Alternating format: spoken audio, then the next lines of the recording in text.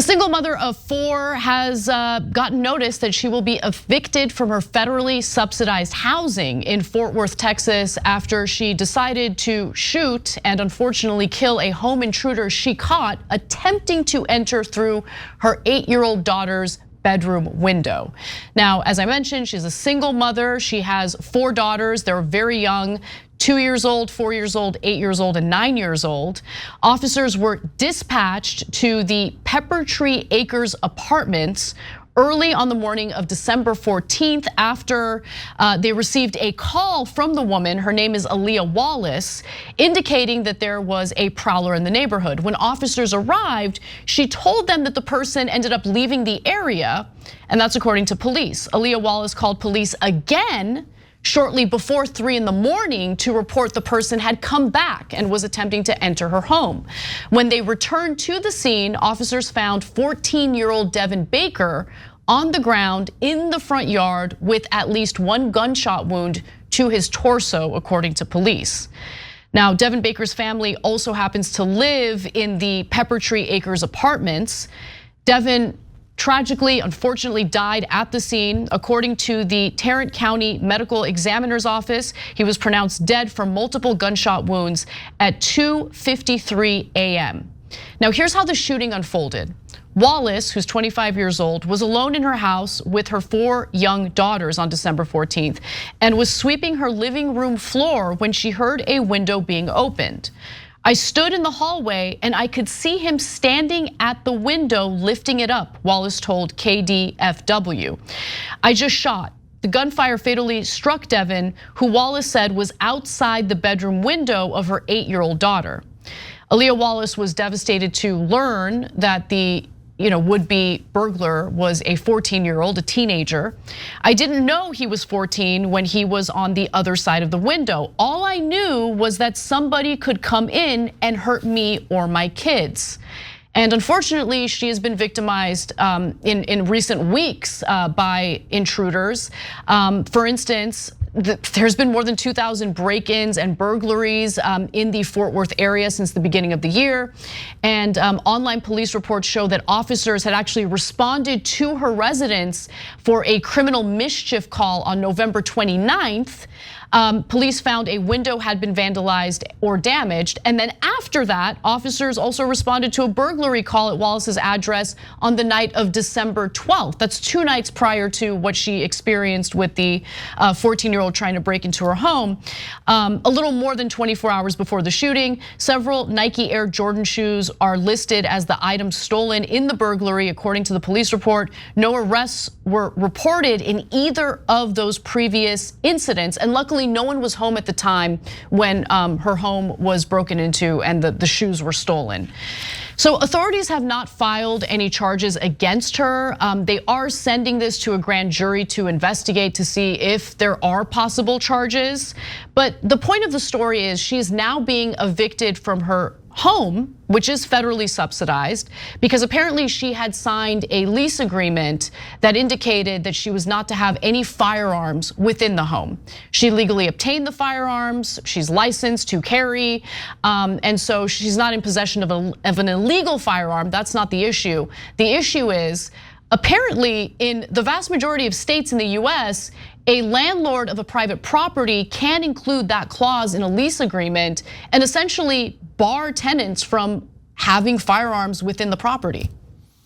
Yeah, I'm torn on this issue. I'm curious what you think, because on the one hand, I get why she shot, and I think a lot of people would have done the same. I wouldn't do it, but easy for me to say I'm not a 25-year-old woman with kids that she's worried about in that situation. And there's nothing scarier than someone trying to get into your house at 3 in the morning, and you got young kids there. So but that's why I've said on this show many times, don't shoot first, because you never know. Maybe it's a 14-year-old trying to steal shoes, and you don't want that kid to die. Now, at the same time, that's why. But like I said, I get why she did it. In terms of the kicking her out, I'm torn on that too.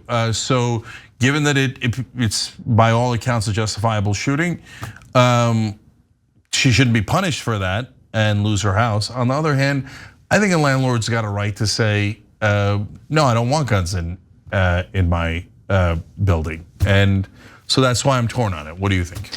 Well, as someone who lives in California and knows that there are all sorts of government regulations impacting private landlords and their units and properties, I think that allowing people to practice their Second Amendment right and have a weapon in their home for self-defense, assuming that they obtained that weapon legally and went through the right process to get it.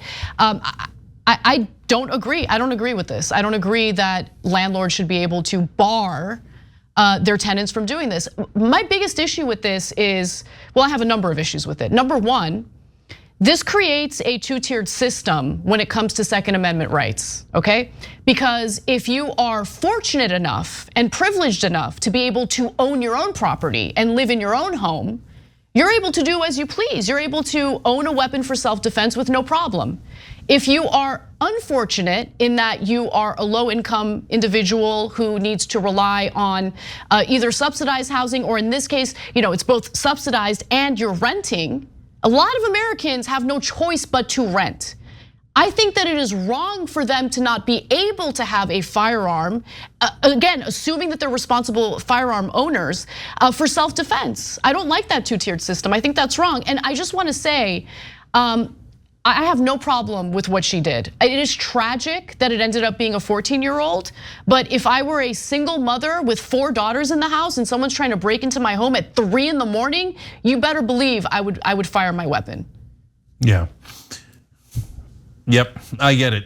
You didn't convince me on that one, but I get it. I get why people shoot first. I get it. And I know that I'm probably in the minority on that, but you did convince me on the second point. So look, I would do a lot stricter gun control than Anna would, okay? But if it's a right and we have decided as a society, whether I like it or not, that it is a right, well then you're right about the two-tier system. Then if you have a right to it, you have a right to it, whether you own a house or you rent property, right? So it's then kind of takes away your right if you're not as rich. And so I hear you on that, and I would say that she should not be kicked out of the house. So unfortunately, she doesn't have a choice because she did sign that lease agreement, and there are only 2 states, 3 states that specifically have laws on the books barring landlords from banning firearms in their their properties, so they can allow tenants to carry firearms. Those states are Virginia, Minnesota, and Wisconsin. Wisconsin's law is a little tricky because you're not allowed to have a firearm in common areas if the landlord doesn't want you to, but you are in fact allowed to have a firearm within the unit that you're living in or within your vehicle, even if it's parked in a common area for the building. So I wanted to give you some background on the laws there.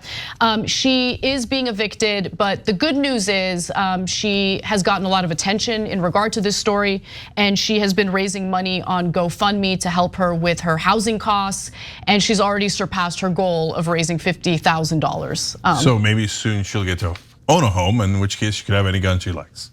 Maybe. I mean, I don't know what. It's unlikely given housing prices. Right. But still, and I hate that we're in a GoFundMe world. Totally. Where when people run into trouble, they have to go and ask others for help because the government never ever helps. But that's what we're supposed to do. Government's given a bad name, big government, tyrannical government, and sometimes they are. They're like when they get between you and your doctor. But at the same time, it also just means community. The community coming together and saying, hey, we should fund this, we should fund that. So like cops and firefighters so that our houses don't burn down. And so I hate that people have to always rush to GoFundMe to rescue them in a situation like this. But I'm glad that a lot of people chipped in, because no matter how you view the events and what your opinions are, obviously she went through something traumatic as well. And she's broken up about it. And so I'm glad people are helping to put her in a new home so that her kids have a place to stay. Exactly. Thanks for watching the video, guys. We also love it if you hit the join button below, because that makes you a member, and members allow us to be independent, honest. We can be as progressive as we want, no corporate media influence, and that's all because of you guys. We love doing the show with our members. Hit the join button, become one of the Young Turks.